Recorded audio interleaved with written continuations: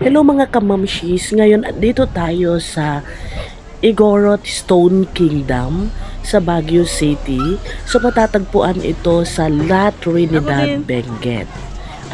So malapit lang ito na hanapin mga kamamshis kasi along the highway lang.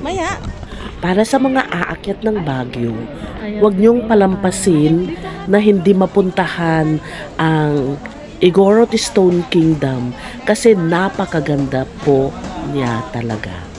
Ayan. So, gaya ng makikita nyo, dito sa entrance pa lang, marami ng mga nagpipicture. Actually, 10 o'clock AM kami na nandito mga kamamshis. Kung gusto ninyo siguro ng konti pa lang ang tao, dapat siguro andito kayo ng mga 7 AM. Kaso hindi natin alam kung anong oras ito nagbubukas. At dahil sa kagustuhan na rin nating magpicture dito sa harap mga kamamshis, nakipila din tayo. Ayan, so hinintay natin na matapos ang mga nauna bago rin tayo nagpicture sa lugar na ito. Yan, kung mapapansin niyo si Papa pagkitingiti lang, kasi nakaka-good vibes talaga ang view dito. Ayan. So, sabay picture kami. And, ayan, may nagpresenta rin dito na sila na lang daw ang magpipicture sa amin. Okay, so dito tayo dumaan. We're here. Bumabara?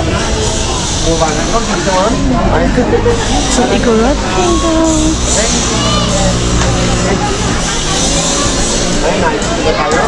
So nice. Ayan. Before pinapangarap ko lang pumunta dito, ngayon andito na talaga ako. And so happy.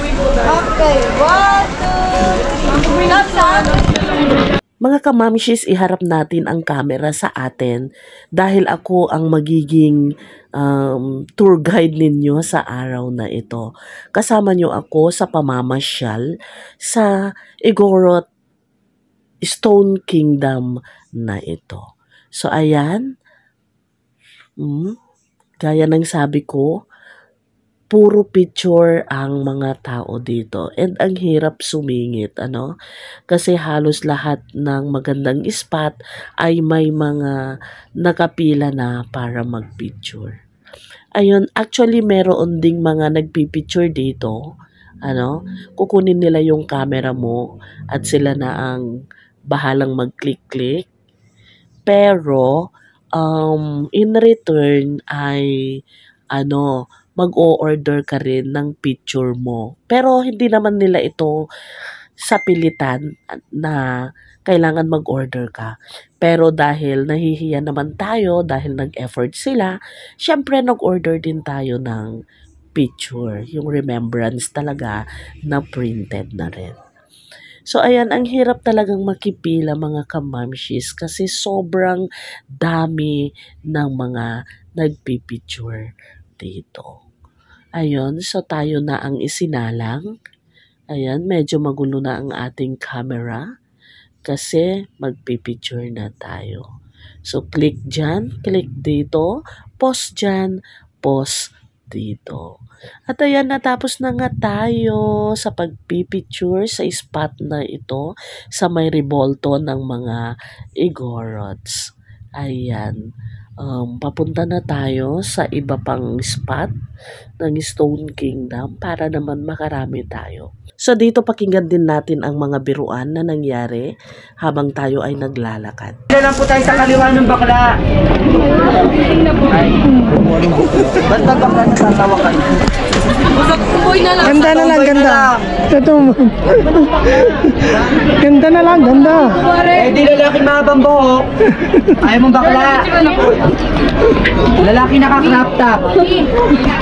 Ayaw mo ha? Yes. Ayaw mong babae ka? O lalaki naka-crop top? Lalaki naka-heels. Lalaki naka-heels. Kakapicture lang ma'am. Pag nagustuhan na yung logo. 150 lang ma'am pag nagustuhan yung waterproof na yan.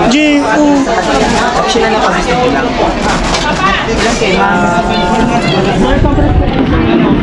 Abay, hindi mo picture to eh. Hindi may Pwede mong iganyan din para makarap kayo.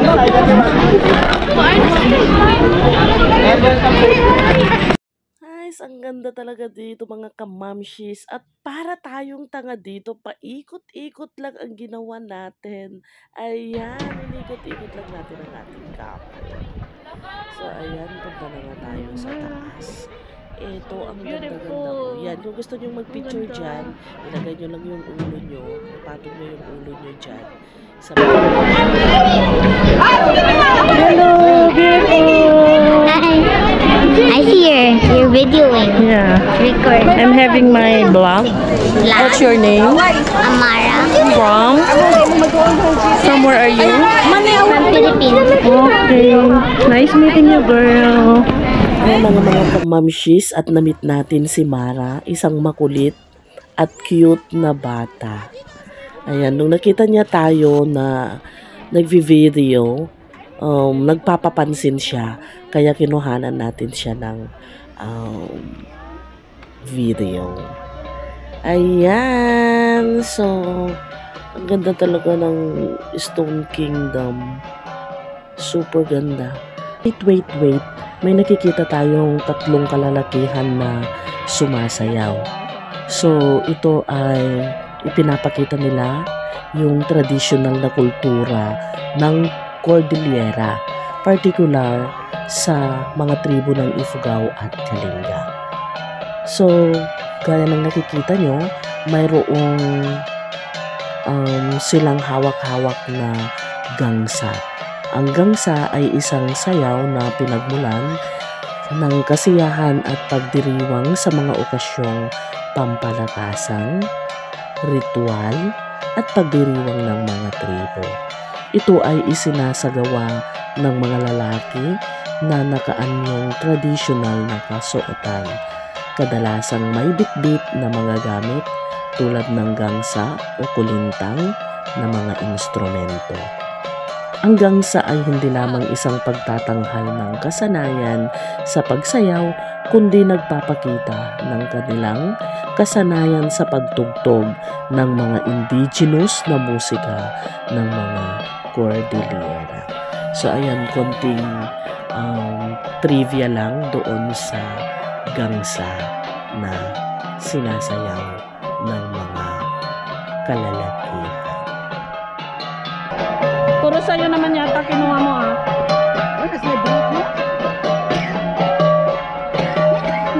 Para mga kamamshis, akyatin na natin ang itaas na part ng Stone Kingdom. Ayan. Feeling ko mahihirapan na naman ako sa pag-akyat dito sa lugar na ito. Ayan, magpipicture daw si LJ. Ayan. So, 1, 2, 3, click. 1, 2, 3, click. Ito niya LJ magpicture. Ako naman ang kanyang kinuhanan. So, pause dito. Pause dyan. Click dito. Click doon. Siyempre mga kamamshis, hindi kompleto ang ating pamamasyal kung hindi tayo magbibigay ng trivia tungkol sa lugar na pinasyalan natin. So, ito ang isang trivia tungkol sa Igorot Stone Kingdom. So, ang Igorot Stone Kingdom o kilala rin bilang Igorot Stone Fort o Igorot Stone Citadel ay isang makasaysayang lugar na matatagpuan sa La Trinidad, Benguet, Pilipinas. Matatagpuan ito sa Barangay Balili at binubuo ng malalaking pader at istruktura na gawa sa bato na pinaniniwalaang itinayo ng mga katutubong Igorot. Ang site ay kilala sa kanyang kakaibang konstruksyon ng dry stone masonry kung saan ang mga bato ay inilalagay ng walang mortar. Ito ay kilalang kilusan ng katutubong kasanayan sa pagtatayo na tanyag sa tibay at kaligtasan nito.